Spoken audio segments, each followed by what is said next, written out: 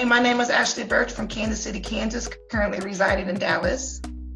And my name is Martin Birch, and I'm from Kansas City, Kansas. Thanks for listening to 𝗠𝗿𝗄𝗆 podcast. And serve the game. The audio experience for basketball officials.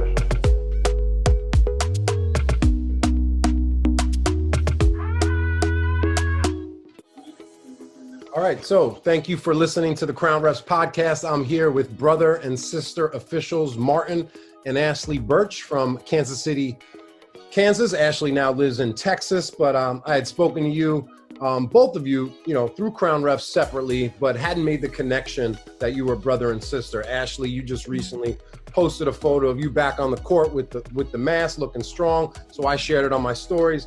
Martin reached out to me, said, that's my sister. I said, wow, that's amazing. And kind of started asking Martin about the story. And he had mentioned that your father was a ref. So, I love a good officiating family story. So happy to be here with you. Welcome to the 𝗠𝗿𝗄𝗆 podcast. How you guys doing? Thank you. Good. Thank you for having us. So I was thinking we could kind of chronologically lay down your story from the time that your dad started working, that time of you guys like traveling to games with him, coming up in the culture of officiating, which kind of gave you probably a really solid foundation to learn and level up through reference. So kind of want to start with your family officiating story, with your father, then through Martin, and then Ashely, and then we will go beyond there. So love to hear about your dad as an official. You starting it off, Ashely, or you want me to start? That's cool with me. Actually, it runs a little deeper than our father. His cousin, our second cousin, John, he was an umpire. So he did baseball for several years. So that's actually how we first started officiating. We were initially umpires. Okay. So baseball is the first sport. Yes. Fast pitch softball. Yep, college. Softball. After college. You actually did some baseball. Yeah, I did some. But just tournament balls and stuff like that. We seen some good games though, but it was hot though. It wasn't the best. But, hey. Some similar signals though. The safe is like a wave off. Yeah. Chopping the clock is a strike. Mm-hmm. Yeah. Out. Yeah. Professionalism, so all that always carries on regardless of which sport you're officiating or umpiring. So, yeah. So the baseball bug is what started you guys on officiating, right? Yes. Yeah. It would be all three of us on the field. So it would be my dad, wow, my brother, and us. We would actually travel together as a crew do. And my mother would actually, she was actually umpiring too. So wow. She got in there and so. Oh, you left that part out. Yeah. Well, yeah, she doesn't do it. She doesn't do it as much as we do it now, definitely like basketball. But she was out there and she does it. She still officiates a little bit of basketball as far as like little kids for the CYO league, stuff like that. So what's it like being on the field with your family? It's a comfort level. Yeah. You can ask questions. It's like you're not as afraid to make a mistake because of course, that they'll have your back. Mm-hmm. And as honest opinions, we would have meltdowns out there a lot when it's hot, 100 degrees in Kansas and the sun's scorching down and you're tired and you got all this equipment on. And I know I had meltdowns. Plenty of times. Yeah, me too. Yeah, we all did. Everybody but Pops, actually. I don't know if Pops ever had one. He was always like the one, he always kept his mental sometimes. He always just kept it. Yeah.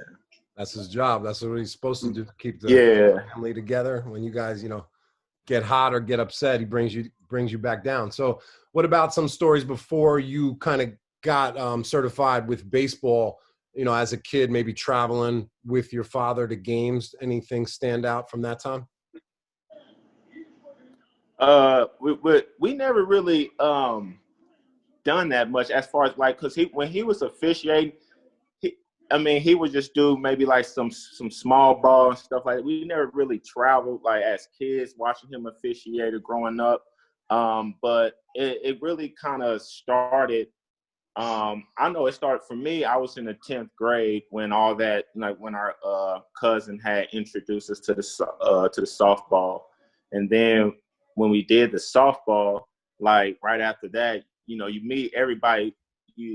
Everybody's doing multiple sports at that point, you know, so you meet other people. Then they told us about the CYO League, which is a Catholic youth organization and stuff like that. And we started doing that, and which was basketball. We started doing that, and then we kind of just ran with it. But personally, I didn't start taking basketball serious until I hit college. And then once when I hit college, a few years in college, I was just always doing it. So then I realized that I might as well take it a little bit more serious. And then that's when I kind of start just like, you know, just trying to further my career as an official. But as far as traveling and watching him officiate, we didn't do that, but I do remember, but now since you said it, I do remember one time he did officiate my game though, as a kid. I was playing, and I never forget, because he would help out sometimes for the rec league that we was in growing up. And I remember one time I tried to drill behind my back. I thought I got tripped and I thought I got fouled. I looked up and it was my pops. He's standing right over me smiling, talking about travel. And I'm like, oh man. I'm like, what? Correct call? Yeah, correct call? Yeah, I don't know if it was the correct call or not. I thought I was tripped, but hey, you know, Pop gonna have a tough love regardless. So you didn't say anything to him though, right? You didn't say anything. No, I didn't say nothing. I just like, oh man, it is what it is. Yeah, he was a man of many hats. I just remember being involved in sports, so I probably didn't watch him a lot. But as he was saying, we were in rec league. I played high school, college ball, and then a little bit overseas for a little bit. So I was just in and out a lot.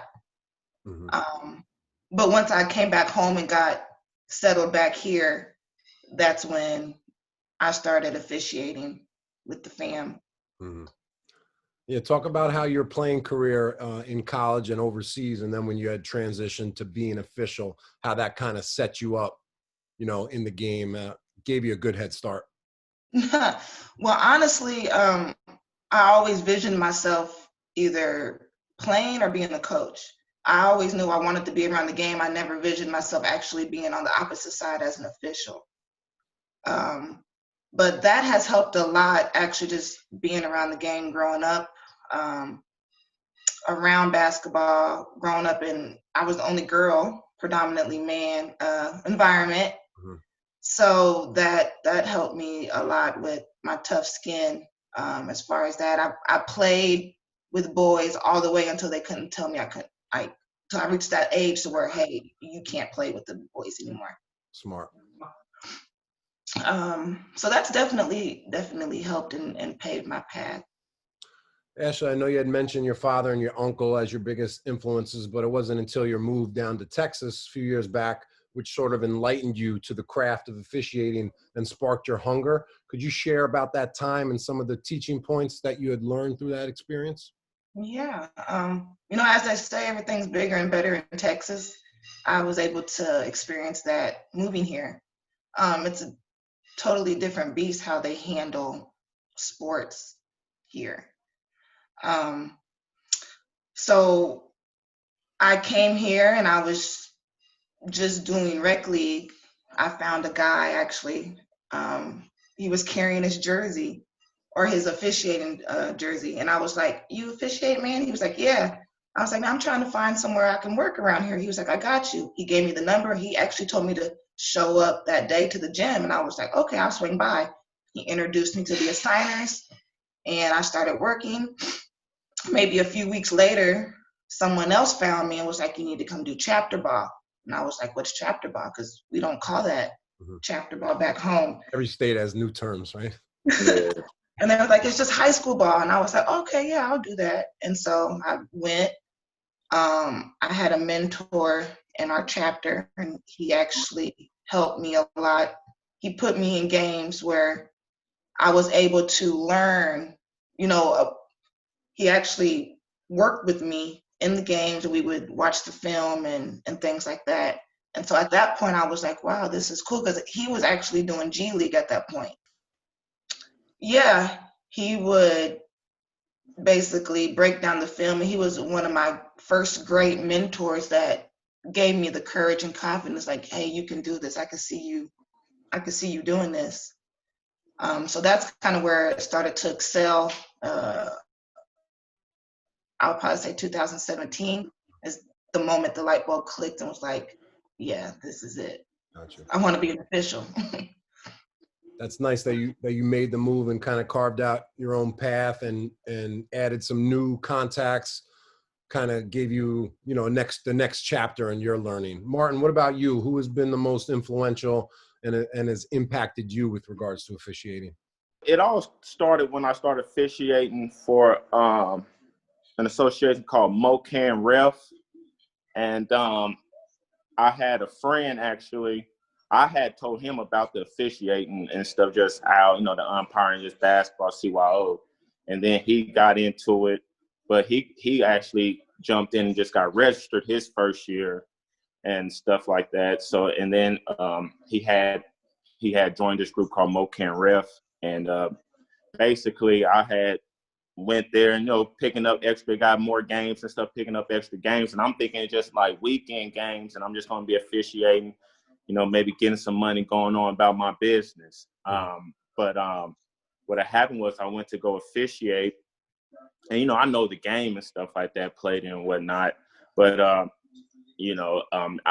never really thought, officiating is what I wanted to do. So I was officiating like my first game for a guy named 𝗁𝗵𝗶𝗆𝗍, and I didn't know he was watching me, but apparently, I'm reffing my games and whatnot, and I remember during halftime, I go check my phone, for the three little halftime minutes or whatever. I'm checking my phone, and I get a text from him, and he says, you're not hustling, you're not doing this and that. I'm gonna need more from you. You had your count, your 10-second count. He already had passed.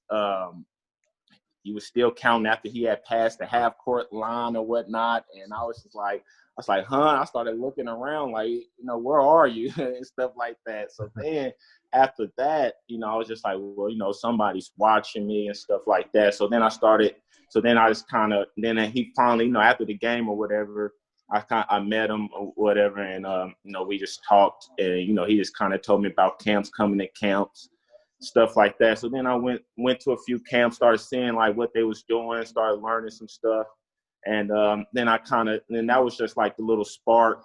And then also it was another guy named Frank Bale, and he was an area supervisor for the Kansas High School Sports Association for the basketball.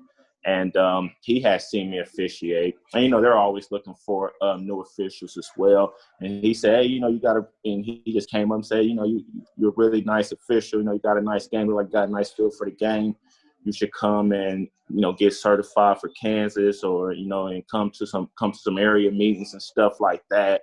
And, that kind of spark, you hear that, like, well, let me go check it out. So then I go check it out, and then you start doing some middle school games, start doing some high school games and stuff like that, and it just start carrying on. And now I'm trying to do college and whatnot. So similar story with all of us. It starts off small, like we're on a mountaintop, right? The snow just continues to go downhill, get momentum. Next thing you know, it's an avalanche. So getting that feedback at halftime for you might have been the start of you saying, wait, I'm more conscious of what's going on. Yeah. And it was the start. That was actually the start. It was just like, man, like, okay, I gotta start, putting an extra little pep in my step, start, you said being more conscious and stuff. So yeah, that was it. And then after that, start going to camps and stuff. And yeah, here I am still officiating.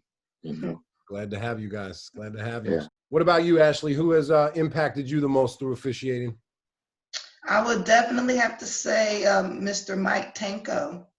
He found me at our high school evaluating camp. So I went to a camp in, was 2019, just last year. And he found me there. I didn't know who he was. I showed up and our assigner was like, I want you to go to this floor. And he didn't tell me why. He was like, go to this floor, just bring your A game. And I was like, okay, sure. So after the game, I got to meet Mike. And I was like, oh, I didn't know who he was, but he was a former Big 12 observer. So he really took me under his wing and sat me in front of his big screen, and we would break down film. And he's really been the most influential and impactful mentor that I have had. Even though he's on the men's side and I am a women's official, he really brought out my floor presence, my presentation, my mechanics, making sure I use my voice as a woman official. He said all those things are important. And so he literally had me watching men's games. And I would say that's really been the best for me. As of now, I do have female mentors. Recently, 𝗁𝗲𝗄𝗏 𝗔𝘀𝗵𝗹𝗲𝗆. I love watching her and having conversations with her. Also Victoria, here in Texas. They've been taking care of me, and I appreciate all that they do. I appreciate them too, giving back to the game. That's what it's all about. Ashely, I know you had mentioned you had the opportunity to work a regional final this year in Texas. So I just wanted to get your thoughts on what that experience was like, working so deep into the season. Yes, it was an awesome experience. Right before Corona, actually, we were very blessed to get that game off because a week later, they canceled everything. And so they didn't have, the season didn't finish for the men's side. Right. So I was literally there at the cutting. One of the last games. Yeah. Yeah. That was really cool. That was the first time I was able to officiate in a big arena like that, a big crowd. It was probably a good 300 or 400 people there. Mm-hmm. It was a really good game. We got good feedback. I was nervous at first, but once the game actually started and I blew my first whistle, everything was okay at that point. Did you like your first call? My first call, honestly, I was okay with my first call. It sounded like it. Tried to shake me up. I'm not. You just said once you blew your first whistle, so I just said if you like the whistle. Yeah, that's a good question. I never like. I do. I remember my first whistle. I blew it. I was like, boop, boop. It was a shooting foul. I was like, okay, we're going up for 2. And I went up. And then the coach was trying to question me on the fouler. He was like, no, that wasn't. It was 22 that fouled, not 21. And I was like, and it kind of shook me up. I was like, damn, did I mess up? I was scared. And then I looked. I was like, no, coach. I was like, no, it's 21. I told him. And he was like, okay, just making sure. Yeah. So I don't know if it was just trying to test me or. It's so true that you just have to have that internal belief on 100% all the time. And we can't allow people to say things, and our judgment and our whole, train of thought just changes now because they questioned it. Right. Right. And that's a very common thing for officials to do, where we're 100% confident when we blow the whistle. Somebody says one thing, and now all of a sudden we're double checking if 2 seconds ago we just felt great about it. Now they said something and we're changing it up. Mm-hmm. That's why you just got to stay on the line and just, have that high internal confidence, because all this external noise can creep in pretty quickly. So I'm super interested in the psychology of communication and responding to coaches, because I know it's one of the biggest reasons why officials quit after 3 years. It's due to abuse. It's due to abuse, and we're trained on the rule book and the X's and O's of the rule book. But as far as communication and game management, we're on our own. We're on our own. So that's why I try to push out as so much content in those categories. And that helps a lot. I have stuff screenshotted from yeah? you. Appreciate that. Yeah. So let's keep this moving. What are some, no, Martin, have you guys had reps on the court together? I know you talked about years working baseball, but what about basketball? What has your experience on the court been like together? Yeah, we just had some this past this summer actually down there in Texas. It was some good games. We had a fun time. I enjoyed. I think we both enjoyed it, and you know, I think Ashely, she did a good job, and I feel like I did a good job. I feel like we both officiate the game the same way, and it was fun, man. We was getting up and down the court. Kids was throwing alley oops, doing the stuff that you like to see, and yeah, it was great.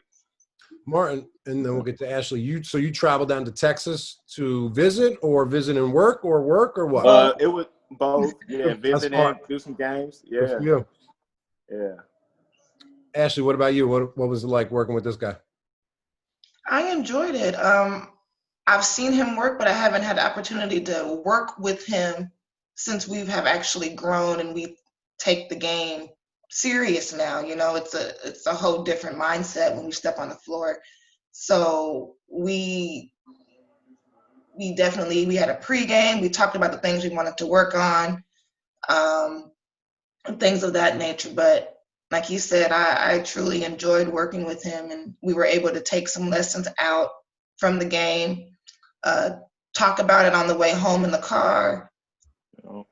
Yeah, so we had one game where people, they were going crazy. Our last game, they was just, you know how it goes. The fans, they start going crazy. They don't think they're getting the foul calls that they're supposed to be getting. And nobody's getting touched or whatnot. But yeah, so it was fun though. Yeah, and we went out there. We handled business for the most part. Yeah, it's always nice having a good post game with the with partners that you enjoy working with, especially when it's family. Yeah. So real quick before we get to this speed round, I just wanted to kind of extract any key points that you guys have kind of learned about officiating in your career. So what do you think are some of the biggest takeaways you guys have learned from reffing, whether it applies to life or on the court? Why don't you share about that? Patience. I've learned patience, letting the play develop and finish, seeing the play all the way through. That's with life as well, just being patient, and observant. Also with communication. My biggest thing is fitting back rules and the verbiage, making sure I speak the rule how it's stated. That's what I'm also trying to do and learn in the communication to the coaches. So that way they trust you. If you sound knowledgeable to the coach, most likely they're going to trust you and they're going to want you back, and your partners are going to trust you. Yeah, finding that balance between giving them a rule-based explanation but not sounding like a robot. Not sounding like a book. Because then if you're too booky with the coach, they don't understand all of these terms. Yeah. It's not really contextual. So just kind of finding the line. What about you, Martin? What are some of your main takeaways? One thing, my high school assigner, his name is John Dehan. He always uses this saying called control what you can control. And ever since I've seen that and started, I've seen it, and it always kind of stuck in it just stays stuck in my head because, as an official, like she said, you got to be patient. There's a lot of, like we talked about, there's a lot of stuff going on around you, a lot of distractions. So you have to be able to just stay focused in. And, people, like I said, not every game you're getting the most pleasant coach. Not every game you're getting the most pleasant spectators.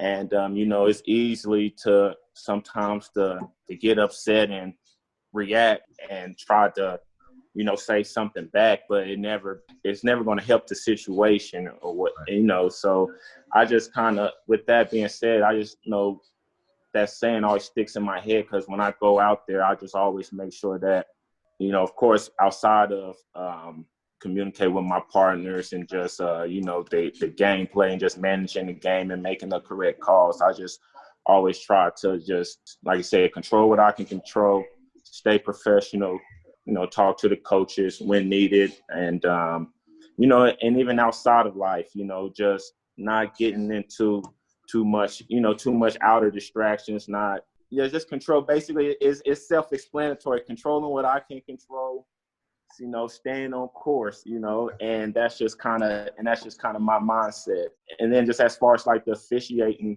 standpoint, I just getting into the book more and just becoming more familiar with that, you know, that verbiage and the vocabulary in there, and always, you know, being able to, like she said, being able to talk back to coaches and use the right terminology.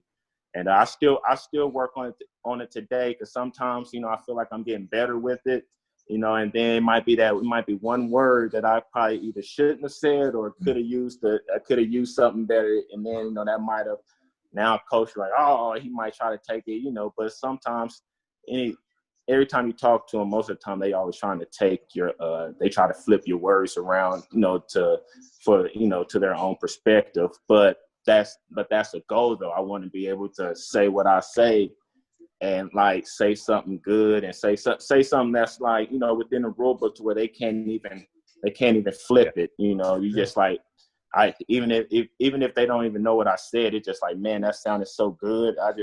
Okay, I understand. Yeah. You know, and they move on, they move right on, you know. I call that a knockout response. It's where you say something and there's just nothing they could say back, because the way you delivered it was professional, it was kind, it was empathetic, and it was rule-based, and they have nothing that they can combat that with. So it's a knockout response. Usually both parties walk away like, you know, the coach is like, I don't want to go down this road anymore. He knows his stuff. And I think that falls in line with always just controlling what you can control, becoming better as an official. I know 2 years ago, I used to run from coaches when they used to, Ashely, they used to call me by my name, and I used to look at them like, oh, just keep run the other way. Now, Ashely, give me a moment. Here I come. Yeah. And I come, and I find that they appreciate that whenever you can actually give them a response. You know, even if it's not what they want to hear. Hey, coach, I saw this. This is what I saw. What did you see? Okay, well, that's not what I saw. I will look for it next time, or I'll explain to them why I called what I called. So I called an illegal screen in my game the other day. Coach was like, she was there. Yeah, she was standing there, coach, but her legs was further than her shoulder width apart. Like, her legs was way out here, and she made contact with her legs. So I'm explaining to him, and then I give him a rule, and I give him where the rule is at, and he's like, thank you. I'm going to look that up, you know, and he appreciated it, and we didn't have any more problems the rest of the night. He respected me, and he respected my judgment the rest of the night. Right. You know, I think officials too underestimate the power of eye contact. You got to maintain eye contact the entire time with the coach. It'll make a big difference.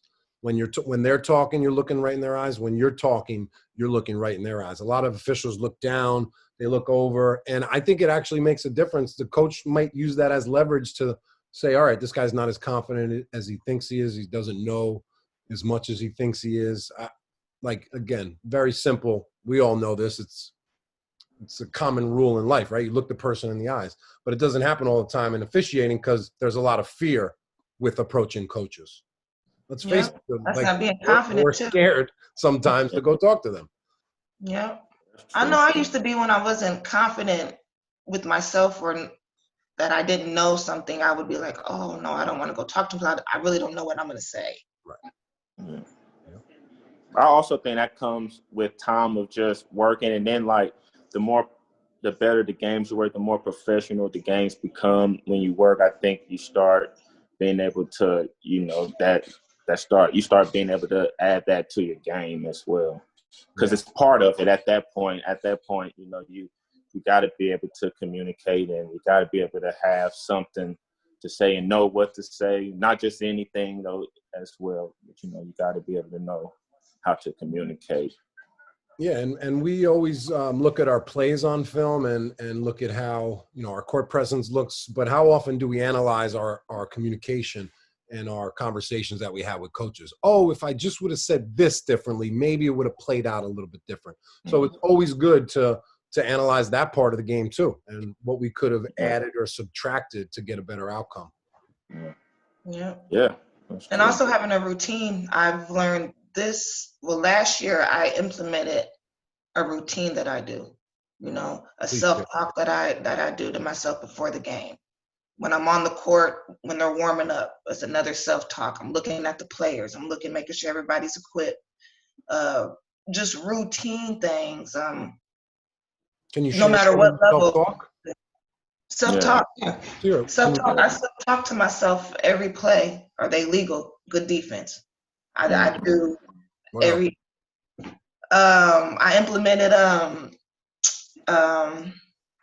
so with my lanyard, I have it tight for the possession arrow. So I have it tight for the home team. Then I loosen it up when the ball is going to go to the visiting team.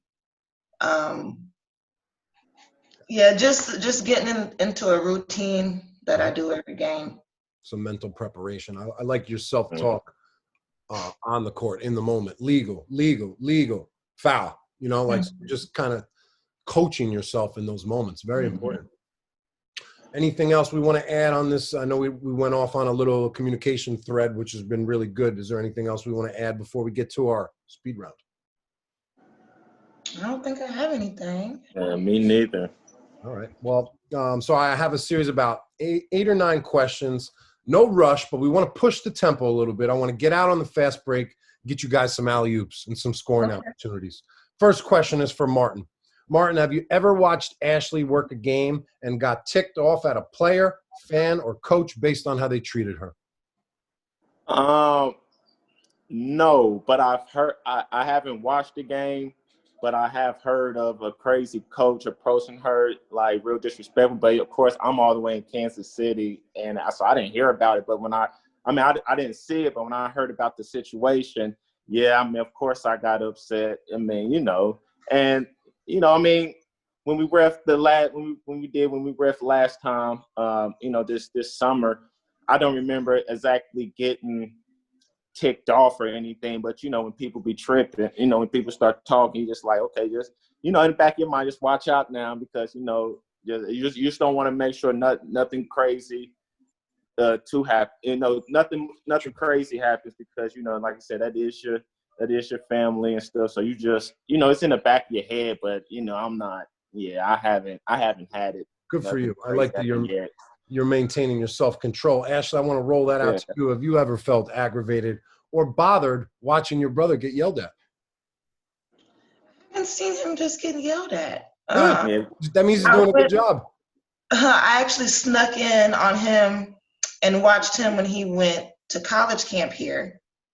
He went to a D2 camp hosted here, and I thought he did good. No one was fussing at him. So yeah, I can decline that. I have not seen anyone just disrespectful. I love it. That's a good thing. That's a good thing. Ashely, what is your biggest fear when officiating? Ooh, biggest fear might be to trip and fall. One of those. I just had that Friday night. Or just blowing a blatant call. But I try not to have any fear-based thoughts when I enter the court. Everything is mostly positive that I think, but in the back of my head sometimes I do think, well, what if I blow a call? But I try not to visualize that so it won't manifest in my game. Good. I don't want you out there thinking or being scared of missing a call, because that's actually when we start to miss more. If you don't have a fear of making a mistake, then you'll make less of them, you know? Martin, what gets you most uptight, and what are the stresses that you feel out on the court, if you have any? What gets me Most uptight. I mean, definitely like now I have like when stuff happens, I'm not even surprised. You know, I'm not surprised by anything that may happen in the game because a lot of times you've seen it before. But what kind of gets me, I would say what kind of gets me uptight is just, it all depends on what level. Once again, it all depends on what level you're officiating as well, because one thing I see is just like parents all, influencing, like, I don't think, I know that the parents love their kids, but sometimes I don't think they realize how much maybe they can kind of hinder the game or slow the game down or not, or get in these kids' head that can disrupt the game, So instead of playing, you got kids wanting to bump over there because you got a parent calling a foul and wanting a foul for their kid, or, just small stuff like that. I mean, but those parents, though, they do sometimes, man, they can, they can ruin a good game depending on what's going on in the momentum of the game. That's true. Parents, what are you doing out there? Some of you are out there adding a lot of unnecessary stresses to these youth events. Just saying. Yeah. Not just to the refs, but also to the kids too. Oh, yeah, I'm speaking about their children primarily. Yeah. Oh, yeah.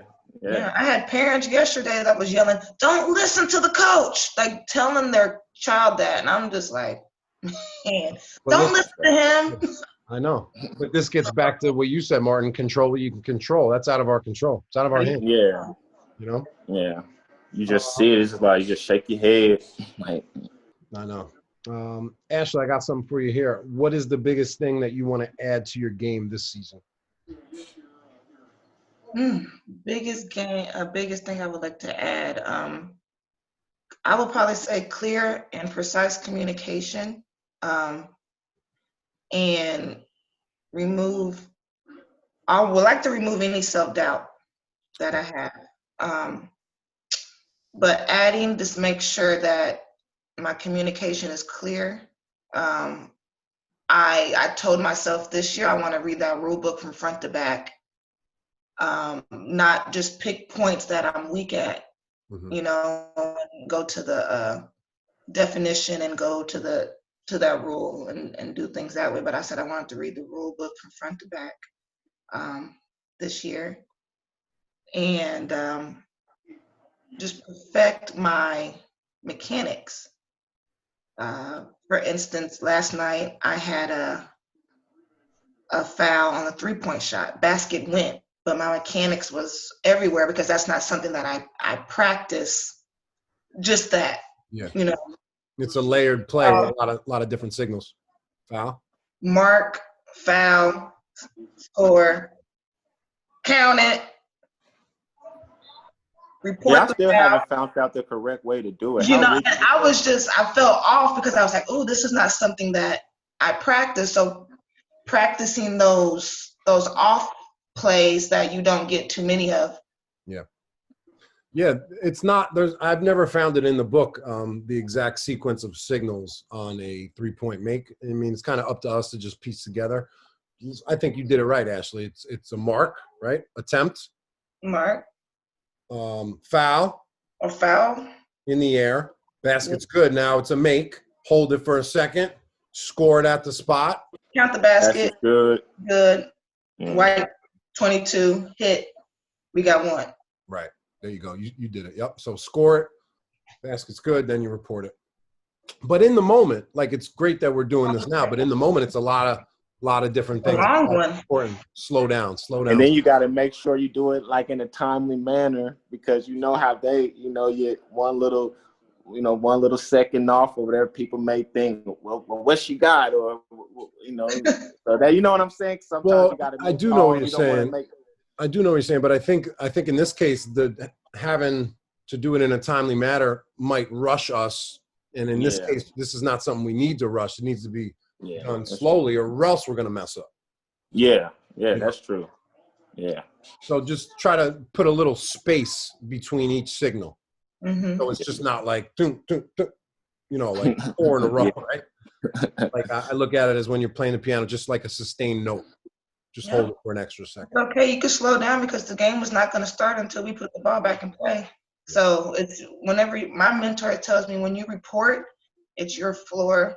Slow down, make sure it's good, and then that's your time to present. Martin, I want to roll that same question to you. What are you looking to add to your game, and maybe some things you're looking to take away? Man, Ashely mentioned a lot of great qualities that I would like to have. Of course, just more self-confidence, better, always getting better with the with your mechanics, making those crispier, communication with my partners, definitely communicating with the coaches as well. Always wanting to gain their trust. And then I would say rule book, just reading that rule book, getting comfortable with it, knowing that, reading it to the point to where I know that when we get into a big scuffle or, when stuff, I know how to handle basically any occasion that may happen on the court. So always just reading that rule book and just knowing what to, how to properly administrate, I'm not sure how to administrate whatever may happen. You get some double technicals, you may get 3 or 4 technicals, just the craziest of the stuff that you're least expecting, knowing how to really properly handle it. And then also just getting that first college game as well, getting my feet wet on the college side, and always getting, of course, their rule book is different than a high school rule book, so getting more familiar with the rule book on the college side as well. And there's more mechanics in their book as well, so I'm getting familiar with some of those mechanics that that can separate that can make myself I can separate myself from, when I'm trying to get hired on at camps and whatnot. Very nice. Real quick, I want to give you guys an opportunity to shout out some officials that maybe you love working with, or who you guys like to watch, whether it's on TV, D1, WNBA, NBA. Yes. I love working with Jenna. Jenna Renew, she's awesome. I watch a variety of different people. I like watching 𝗁𝗏𝗃𝗀𝗏𝗔. I watch Roger Ayers, of course, Felicia Grinter, Laura Holtkamp. I saw Amy work one of the D1 men's game. I'm loving that they are introducing women now, getting the big games, the TV games and things like that. So that's really exciting. I tried to prowl through the channels to see if I can catch any of them. I like watching Crystal Hogan, of course. But when I watch games now, I study the officials. I don't really watch. I watch the game, but I more so look at plays and I study the officials and things of that manner. So. Very cool. Anyone stand out to you, Martin, that you've been watching lately? I can't think of his name. I know you posted him a few times. He's an NBA official. Mark Davis? Is it? Huh? Mark Davis? Is it Mark that he's brown skin and he's bald? I think he's bald, brown skin and bald. Yeah, he was on episode 94, I believe. I think so. I think it's him, and he's young. He's a little young cat, I think. Young. Well, I know he's older than me, but and I just remember him making a call. It was just a good call that sometimes I feel like that may not always be called in the NBA. I don't know. It was just he got hit he called a foul. It was a good one. Somebody was going up and got hit. and you know, hit him on the forearm when he was going up to shoot. But it was just like, for some reason, in the back of my mind, I felt like it wasn't going to get called. Maybe like NBA, like, you know, you gotta, you know, I don't know. I just felt like it might not get cut, they might not have called it. And he just came in and boom, called it, did what he had to do. I was like, man, that was like so clean.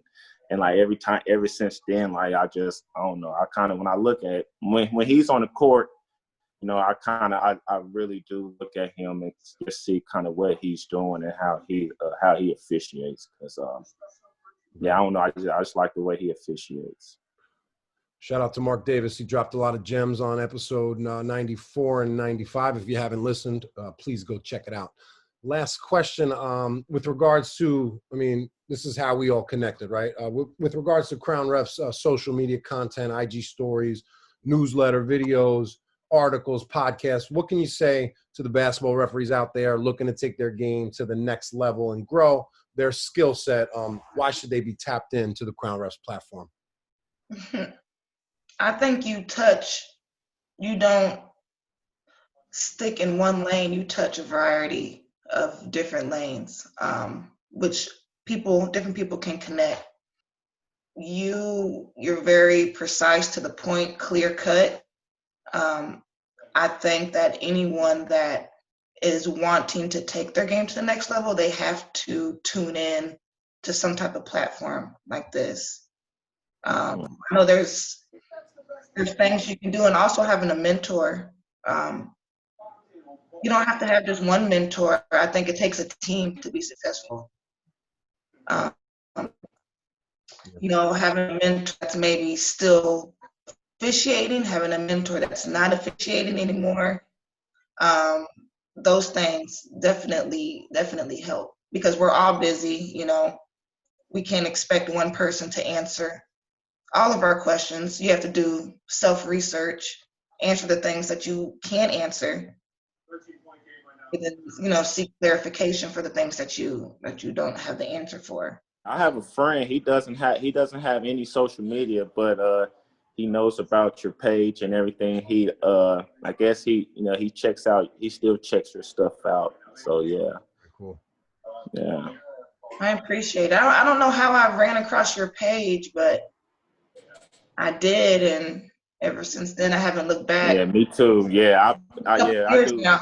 Yeah. I learned a lot just by ref. Sometimes if I think I'm like, man, I might be one, like, I don't know, just, you know, you just thinking like, you just think of so much stuff about the game after a while, and you just, man, I wonder, you know, if this and that or whatever the occasion may be. And sometimes I might go right there. Let me go to Crown Ref real quick and see if I can find a slide or two that, you know, that I can find the answers to. Yeah, and like she said, I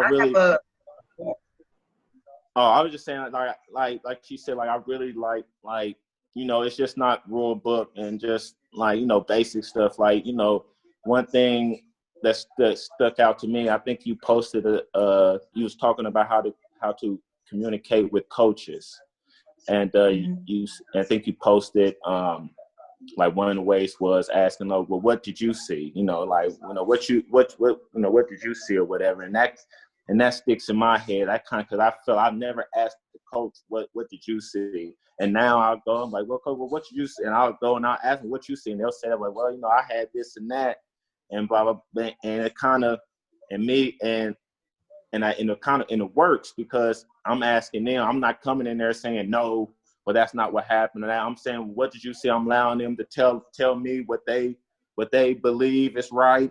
And they can think of it, and then I'll say, well, you know, that's not what I seen, but hey, I'll, you know, I got this, and, you know, you explain your call, you tell them you know, I'll look next time to get a better angle, or, you know, whatnot, or see if I see anything different.